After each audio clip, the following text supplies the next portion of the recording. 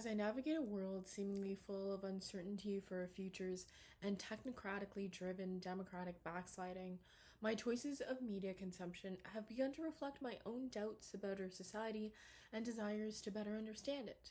My YouTube feed is now filled with video essays like How the AFD Attempts to Whitewash Fascism and Is There Any Good News About Climate Change?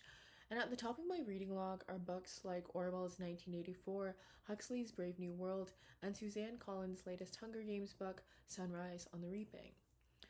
But while books like The Hunger Games and 1984 provide important insight into ideas such as propaganda and surveillance and the fundamentally broken nature of humanity, I find that it's Brave New World that truly chills me to my bones.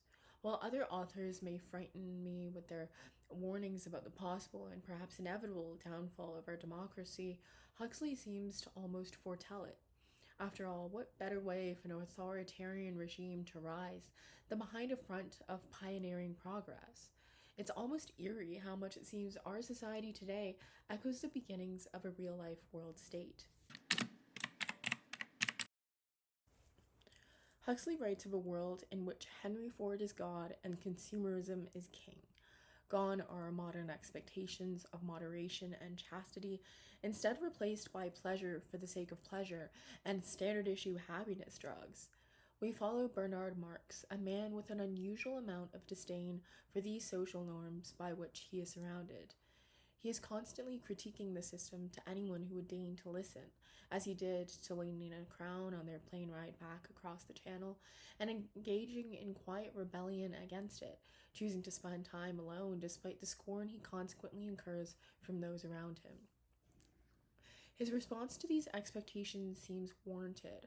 After all, when trapped in a society that doesn't allow any space for privacy, individual expression, or real emotional depth, it seems only natural. While fitting in and playing by the book is perfectly fine for the other characters in the story, Bernard is different, and thus sees the world from a different lens. As an outsider stuck within a rigid system, he provides us with a way of looking into the world from a perspective that seems both normal and realistic. But his criticism of the system often seems less rooted in genuine concern and more in his own selfish desires. He spends time alone more because of the rumors that surround him wherever he goes, and his feelings of isolation in a world that looks down on him for factors outside his control, than because he genuinely prefers his own company over the superficial companionship of his peers. He's constantly aware of his otherness, and his aversion to socialization is simply a result of it.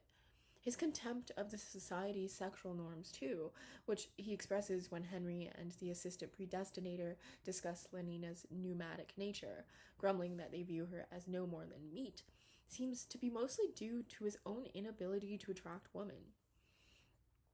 That, along with so many of other Bernard's complaints about his society, ultimately disappears once he finds himself the center of attention after bringing John to London from the New Mexico reservation. Now that he finds himself in the spotlight, he's happy to play along with the system, throwing huge parties and casually having girls.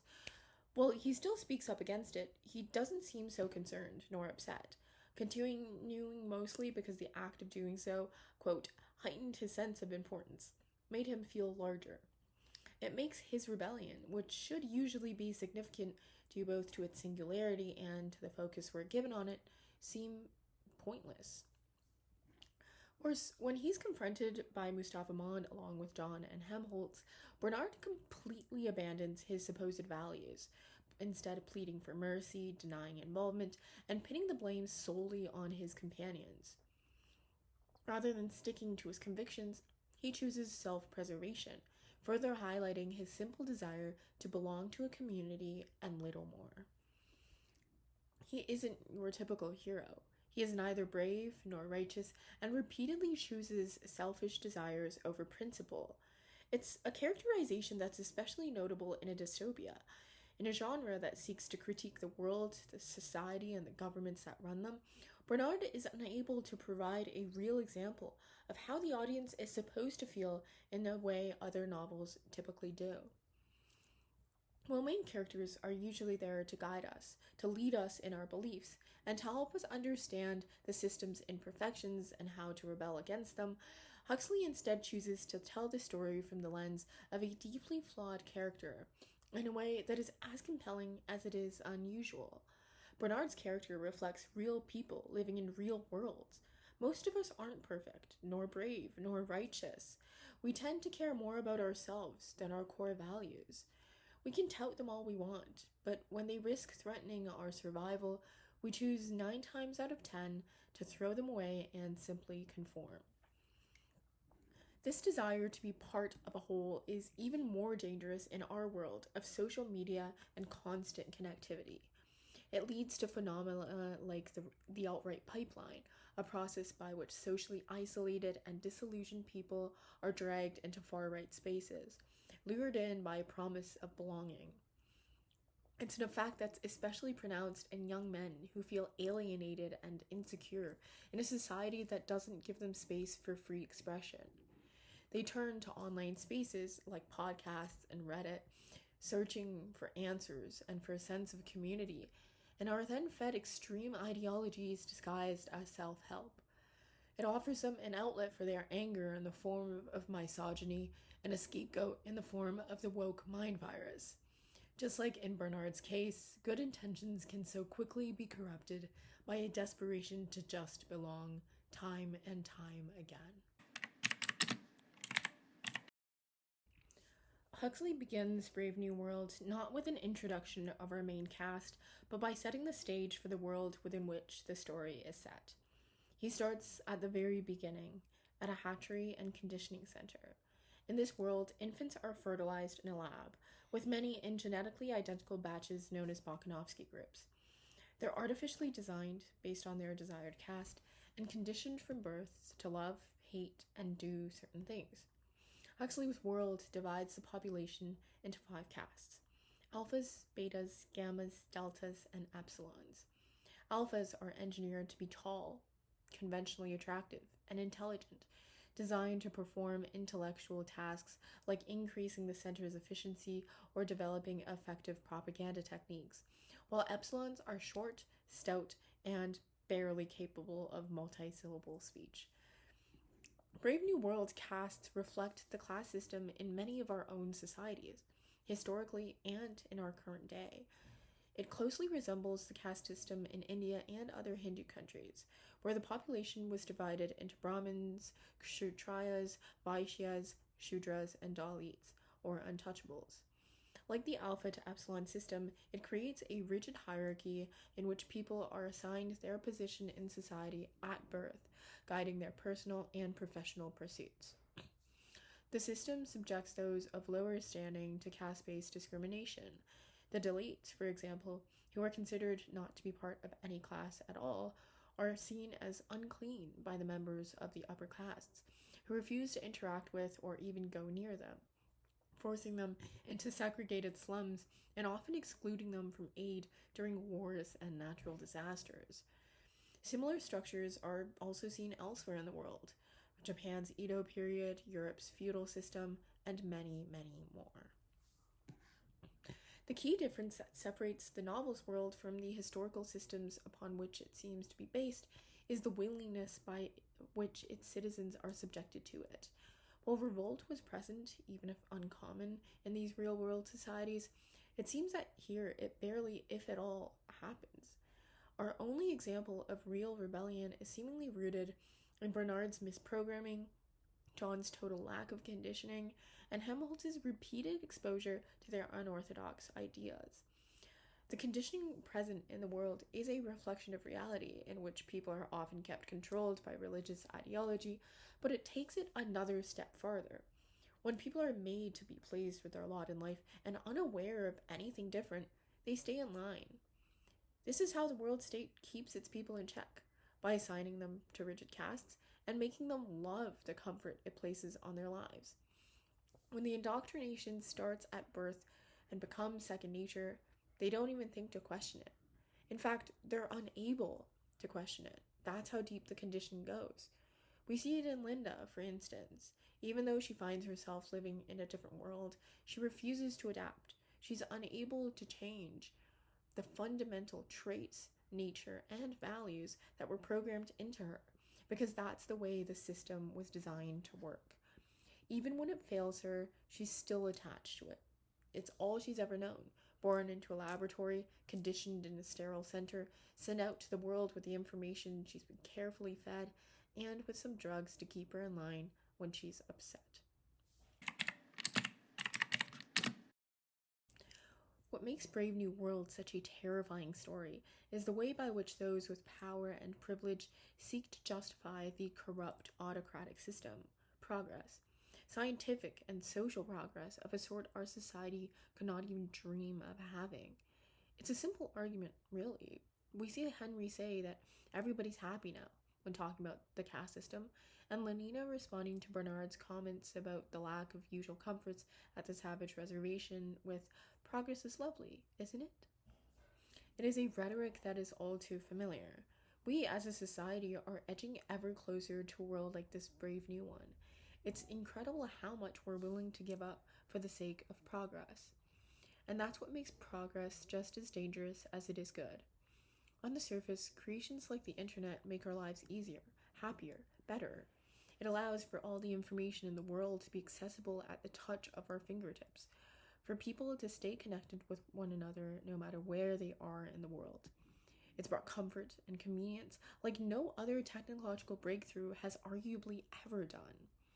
Yet it's also stripped us of many of our individual liberties.